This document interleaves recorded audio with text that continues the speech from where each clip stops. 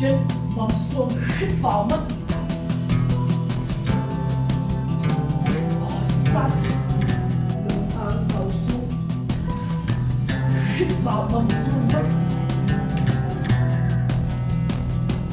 sát đầu xuống chân thang lưng thang tất cả gấp hai chân hai quay xuống gấp hai tay nhúc xuống and gập xuống chúc chu tay hai quay đi bốn one bấm lên two and three thang chân phải lên cao cấp chân trái lên môi bàn chân lên chân thang split your leg one two very good three four and five gấp hai chân đuôi bên thang chân trái lên cao cấp chân phải bàn chân lên chân thang một sai one two three and four gấp hai chân okay thang hai chân mông xuống nhấc lên mỏ vai hít vào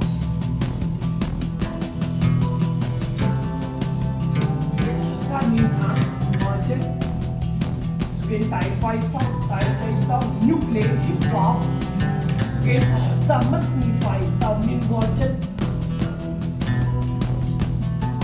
hít vào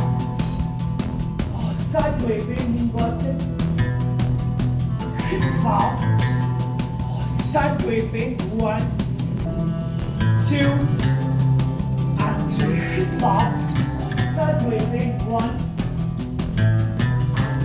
bàn chân lên hít vào thang hai chân chụp chân thang chân phải lên cao gấp chân phải lên trước quay chân trái hít vào thang nhúc thang trái mông xuống thang hai tay sau nhúc lên ngỏ vai mất nhiều lên one two three and four sát thang chân phải hai tay phải tay xuống đầu